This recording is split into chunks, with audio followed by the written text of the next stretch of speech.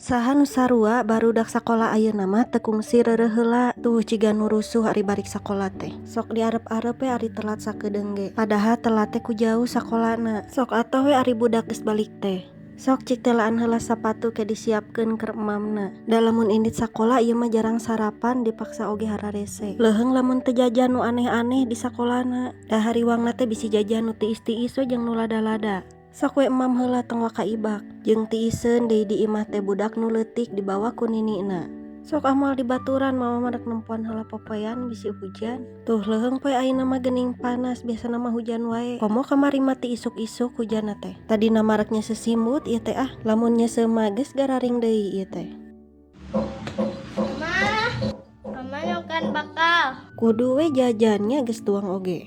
Tuh karek oge beres tuang asana teh geus aya nu nyamper. Bari rusuh mandina teh. Wios capek oge sok we cing rarajinnya ngaosna.